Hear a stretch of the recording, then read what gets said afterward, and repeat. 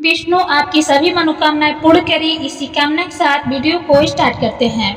हिंदू धर्म में संतान से जुड़े तमाम तरह के व्रत में जीवित पुत्रिका या फिर कहे जितिया व्रत का बहुत ज़्यादा महत्व माना गया है। मान्यता है कि नहाय खाए से प्रारंभ होकर 3 दिनों तक चलने वाले इस व्रत को करने पर संतान की आयु बढ़ती है और वह सुखी जीवन जीता है। जितिया व्रत के दिन माताएं अपने संतान के कल्याण की कामना लिए निर्जल उपवास करती है। आइए हम जानेंगे आज के वीडियो में इस पावन व्रत की पूजा विधि से लेकर पारण तक की पूरी विधि और भी कुछ जरूरी जानकारियाँ इस वीडियो में है दोस्तों। तो विनम्र निवेदन कर रही हूँ कि आप मेरे चैनल को सब्सक्राइब अवश्य करिएगा। जितिया व्रत की पूजा का शुभ मुहूर्त जान लेते हैं।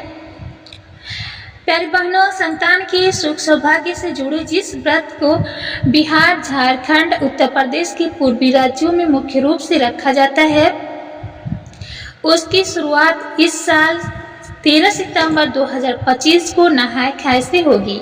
इसके अगले दिन 14 सितंबर 2025 को विधि विधान से जीवित पुत्रिका का व्रत रखा जाएगा, जबकि इसका पारण अगले दिन 15 सितंबर को किया जाएगा। इस व्रत की सही तिथि आपको मालूम हो गया है। अब हम जानेंगे जीवित पुत्रिका व्रत की कथा। एक बार पुनः विनम्र निवेदन कर रही हूँ कि आप मेरे चैनल को सब्सक्राइब अवश्य करिएगा। मेरे चैनल पर आपको बिल्कुल सही और सटीक जानकारी दी जाती है। हिंदू मान्यता के अनुसार जितिया व्रत की शुरुआत कलयुग की प्रारंभ में हुई। मान्यता है कि एक बार जिमुतवाहन नाम के राजा कहीं जा रहे थे, तभी उन्हें एक रोती हुई स्त्री की आवाज सुनाई दी, जिसके पास जाने पर उन्हें पता चलता है कि भगवान श्री विष्णु का वाहन आज उनके पुत्र को उठाकर ले जाएगा और खा जाएगा। तब राजा ने उस महिला को भरोसा दिलाया कि वे उसके बेटे की जगह गरुड़ का भोजन बनेंगे। जब उन्होंने महिला के बेटे की जगह खुद को प्रस्तुत किया तो गरुड़ ने राजा के परोपकार की भावना से प्रसन्न होकर उन्हें वैकुंठ में जाने का आशीर्वाद दिया और बाकी बच्चों को भी पुनर्जीवित कर दिया। मान्यता है कि तभी से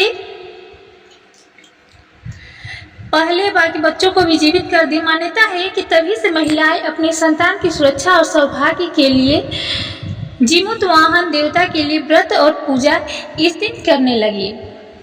जीवित पुत्रिका व्रत की पूजा विधि हम जान लेते हैं। पुनः निवेदन कर रही हूँ कि मेरे चैनल को सब्सक्राइब अवश्य करिएगा। जीवित पुत्रिका व्रत भी छठ के समान होता है। जितिया व्रत का पुण्य फल पाने के लिए महिलाओं को इस व्रत के एक दिन पहले नहाय खाए की परंपरा निभानी होती है।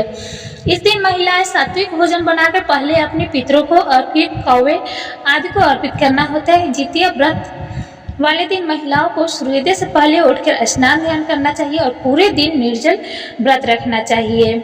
जितिया व्रत की पूजा करने के लिए घर के पवित्र स्थान पर मिट्टी और गोबर से लिपाई करके एक छोटा सा तालाब बना ले और वहां पर कुशा की मदद से भगवान जिमुतवाहन को स्थापित करें। इसके साथ ही वहीं पर मिट्टी और गोबर की मदद से चील और सियारिन की प्रतिमा भी बनाए और उनकी पूजा भी साथ ही साथ करें।